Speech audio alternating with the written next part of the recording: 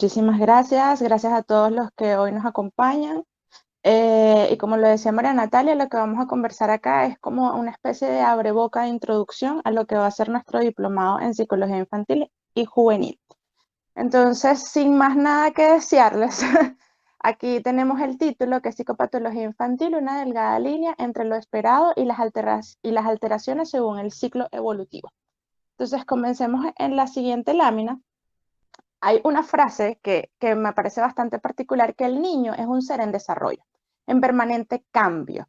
El ser humano en general el ser vivo está en permanente cambio, pero en la niñez se tienden a dar o se tienden a ver ciertos cambios que son un poco más notables, como lo que es la parte de la adquisición del el habla, la adquisición del caminar, el desarrollo, el aprendizaje, de la lectura, si estamos en otro país, el aprendizaje de nuevos idiomas. Entonces, los cambios son como un poco más notorios y muchísimo más rápido. Entonces, tomando en cuenta esta premisa que ellos van a estar en constante cambio, nosotros como psicólogos debemos estar preparados para cada uno de esos cambios. Hay ciertas peculiaridades en lo que es el tema de la psicología infantil, que el niño no va a venir a la consulta por propia voluntad.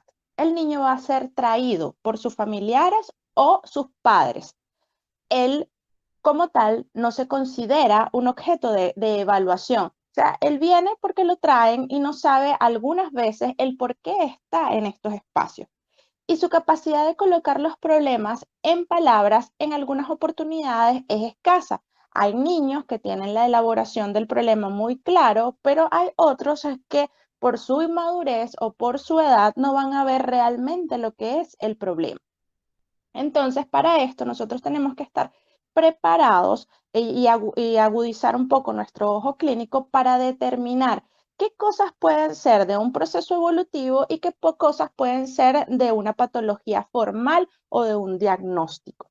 Por ello, en la siguiente lámina, la evaluación psicológica, entonces la evaluación psicológica es un paso previo para construir la intervención o el tratamiento psicológico ante un trastorno clínico. O sea, antes de nosotros llegar a lo que es un diagnóstico formal, nosotros tenemos que hacer una evaluación. Y esa evaluación debe constar de lo que ya todos conocemos, que es una entrevista clínica al niño, a los padres, en algunas oportunidades una entrevista o visitas al colegio, unas evaluaciones previas para construir lo que es la parte del diagnóstico. Hay algunas cosas que las vamos a ver de primera mano, de entrada, cuando el paciente llega a nuestra consulta, y hay otras cosas que vamos a tener que ir desglosando y vamos a tener que ir buscando para luego unirla y darle un todo. Está la aplicación de los test también, que es algo importante, pero siempre tenemos que recordar que ellos son una manera de recaudar información. Y toda la unión es lo que nos va a dar el diagnóstico, así como está dentro del DSM y el CIE-10. Entonces hay una lista de cotejos y nosotros vamos a ir viendo la intensidad y la frecuencia de cada uno de esos síntomas.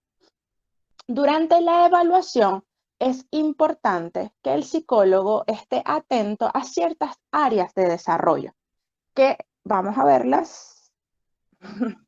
El diagnóstico infantil. Entonces, algo importante en la parte infantil es el juego. El juego nos aproxima al mundo interno y a evaluar sus capacidades, miedos y fantasías. El juego o las primeras contactos que yo tuve con el tema del juego durante mi desarrollo como profesional, el juego era muy visto como u- algo que estaba allí, o sea, algo que tenía que estar porque el psicólogo infantil, bueno, se supone que los niños juegan, el psicólogo infantil debe conocer lo que es el tema del juego. Algunas veces ese debe no está tan claro como tal. Nosotros debemos conocer, por eso lo coloqué que durante la evaluación el psicólogo debe estar atento a lo que es la parte del juego, porque el juego, de acuerdo a las edades, va a ser totalmente diferente.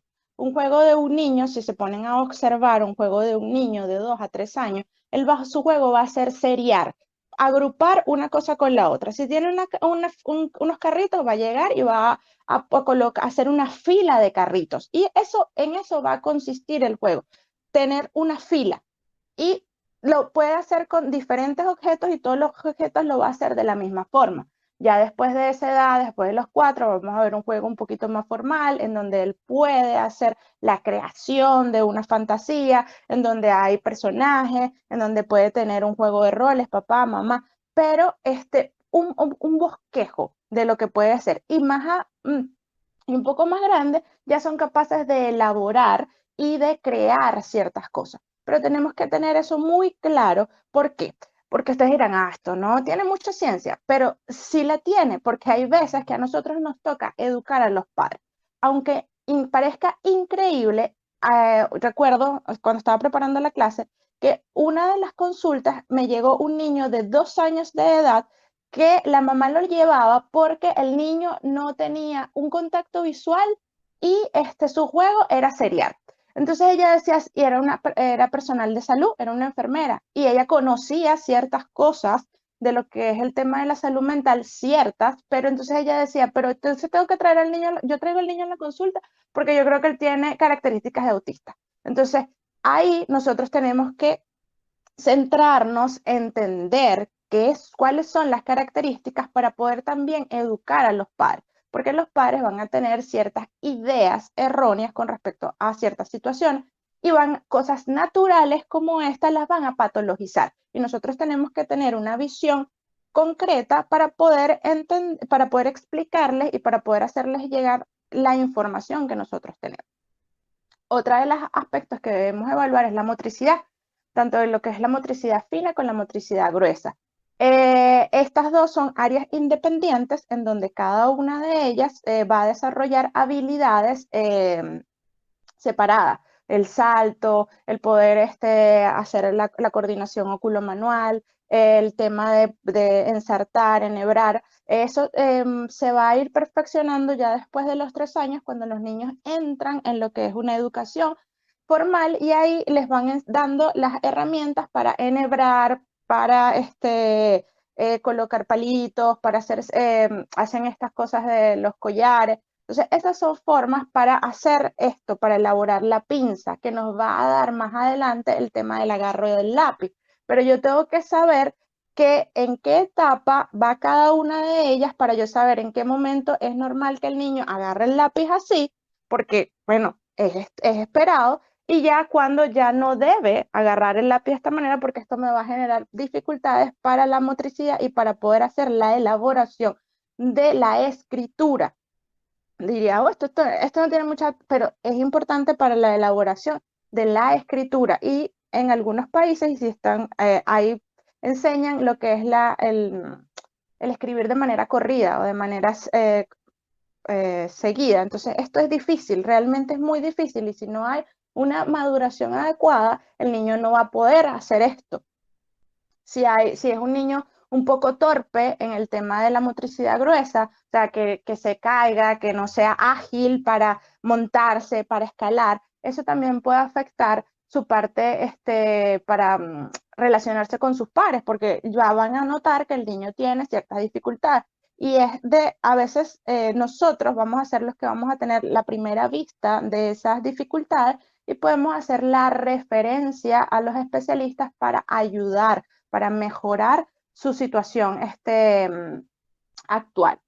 Entre lo que es la parte de la sexualidad, también debemos evaluar y debemos de conocer que y muchos teóricos nos han hablado también del tema de la sexualidad. Hablemos de sexualidad como identificación de su ser. ¿Quién soy? ¿Qué rol debo jugar? ¿Cómo debo de relacionarme?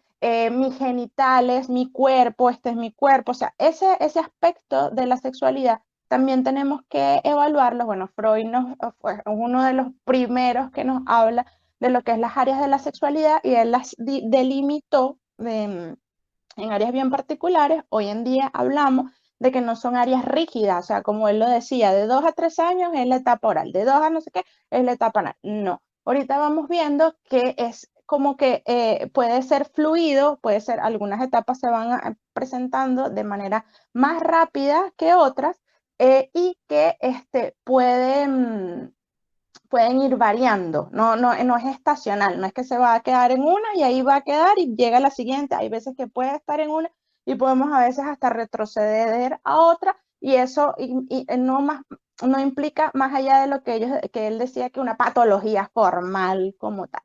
En el tema de la sexualidad también tenemos que entender, y en estos tiempos de hoy, se ve mucho lo que es la masturbación infantil que es un tema todavía, a pesar de, es un tema bastante tabú, y hay etapas del desarrollo en donde esto se considera esperado por el tema de la exploración y de, bueno, que el niño es un niño que está dispuesto a satisfacer sus necesidades. Si lo vemos desde el punto de vista de Freud, él está en él quiere solo satisfacerse y satisfacerse en comida, en juego, en dormir, sus necesidades básicas. Entonces, si descubren esto que es la masturbación, eso le va a generar un cierto placer. Y al tener ese placer puede desencadenar ciertas conductas repetitivas, alarmantes para los padres y que ellos van a tender también a patologizar y nosotros tenemos que mantenernos. O sea, pueden ser la entrada. Lo que quiero mostrarle con todo esto es que esto puede ser la entrada a algo un poco más complejo, pero para diferenciar lo que no es sano, lo que no es adecuado, debemos estar muy claros de lo que debe de estarse presentando en cada una de estas etapas para nosotros poder distinguir y discernir entre de lo que es esperado y lo que ya no debería estar presente en etapas futuras. Si revisamos un poco también la, eh, la biografía, en lo que es la parte infantil, muchos teóricos han hablado de etapas del desarrollo. Piaget, Bandura, bueno, el mismo Freud habla de etapas del desarrollo. Hoy en día, en el tema de la neurociencia, nos están hablando de que el niño está en esto, está en un constante desarrollo y que puede pasar de una fase a otra de manera intempestuosa y de lo que su maduración se lo permita y la estimulación que va a tener dentro del entorno. Entonces es importante para nosotros como psicólogos y si más ya estamos en contacto con estos niños, conocer un poco de cada una de estas áreas y si bien no nos interesa profundizarla, conocerla para poder ir agudizando nuestro ojo clínico. Entonces, otra de las áreas que vamos a ver, que se encuentran en la siguiente lámina, está el desarrollo psicosocial. Es la interacción del niño con sus pares y de la interacción del niño con sus familiares. Esta área se empieza a desarrollar desde muy temprana edad, es que los niños tienen 3 meses, 4 meses, que empiezan a tener lo que es el contacto, el desarrollo de su visión. Entonces empiezan a aparecer sí, los primeros gestos que él quiere relacionarse con su entorno, como es la sonrisa, la alegría cuando se contacta con otro ser. Y esas partes también nosotras las tenemos que conocer, porque por lo menos en diagnósticos como el autismo, esa sonrisa social de en temprana edad a veces no aparece. Y es importante nosotros también conocerlo para poder hacer preguntas acertadas a los padres, quienes son los que nos van a dar la información del desarrollo del niño. En el esquema ya un poco más cuando esté un poco más grande, el tema de cómo se relaciona con sus amigos, si mantiene interés, si no mantiene el interés, cuando se relaciona, de qué forma se relaciona, porque hay algunos también que se relacionan de maneras agresivas. Esos son más visibles y te lo llegan a consulta directo. Ya te están diciendo, el niño se pelea con todos los niños y eso es como que te lo van a poner sobre el tapete. Listo, aquí está, yo lo traigo por esto. Y eso va a ser más fácil algunas veces de ver. Pero también esos niños que son muy tranquilos, muy callados, algunos padres y algunos profesores, eso también les parece normal y agradable porque es un niño tranquilo. Y a esos son los que nosotros tenemos que tenerle como que un poquito más, eh, más agudo porque puede estar pasando algo dentro de ese desarrollo. También vamos a ver que hay trastornos en la parte o dificultades en la parte del lenguaje y aquí esto es súper importante. El lenguaje es la primera, es como la primera señal de cómo el niño recibe la información, porque todo lo vamos a recibir a través, la mayoría de la información, sobre todo la parte académica, la vamos a recibir desde el lenguaje, lo que nos dicen nuestros profesores, las instrucciones que nos dan los maestros, todo el proceso lo vamos a recibir a través de nuestros oídos. Y luego nosotros lo vamos a procesar y lo vamos a expresar a través de lo que es la parte del lenguaje. Cuando hay dificultades en la adquisición del lenguaje, está totalmente comprobado que el niño luego tiende a tener dificultades en lo que es la adquisición de la lectura, la escritura o la matemática. Entonces dicen, ay, no, es que hay niños, por lo menos ahorita se ven muchos niños de 3 años que todavía no hablan, no tienen no forman oraciones, solo dicen palabras o ni siquiera forman frases. Y dicen, ay, es que este todavía está chiquito, es que todavía está chiquito. Sí, puede ser que esté chiquito y que no haya suficiente estimulación porque el entorno vive con adultos y toda la cuestión. Pero es importante que esas dificultades sean tomadas en cuenta porque más adelante nos pueden traer problemas en lo que es la parte de la lectura y en otros casos matemática como tal. Porque es los primeros indicios de cómo el niño recibe la información y cómo él la procesa y luego la expresa. Entonces, es importante tener esos tips y esas información al momento de hacer una evaluación y de ir viendo que esta evaluación va a ser una suma de varias partes. O sea, el psicólogo cuando está haciendo la evaluación sería súper que tuviéramos una consulta para cada una de las áreas, pero no funciona, a veces no funciona de esa manera. Y debemos de ir echando mano de lo que se nos va presentando y nosotros tener una agudeza para saber qué cosas vamos a preguntar y qué cosas vamos a señalar como dificultades para poder hacer lo que es parte de un diagnóstico, lo que es parte de entender cuál es la psicopatología infantil en el momento que el niño está llegando a nuestra consulta. Y a partir de esto, nosotros plantear lo que es la parte del tratamiento y las sesiones que se van a ir dando más adelante. Aquí les estoy presentando como que a una manera sencilla y una manera entendible lo que vamos a ir desglosando en lo que es el diplomado que vamos a estar haciendo de psicología infantil y juvenil.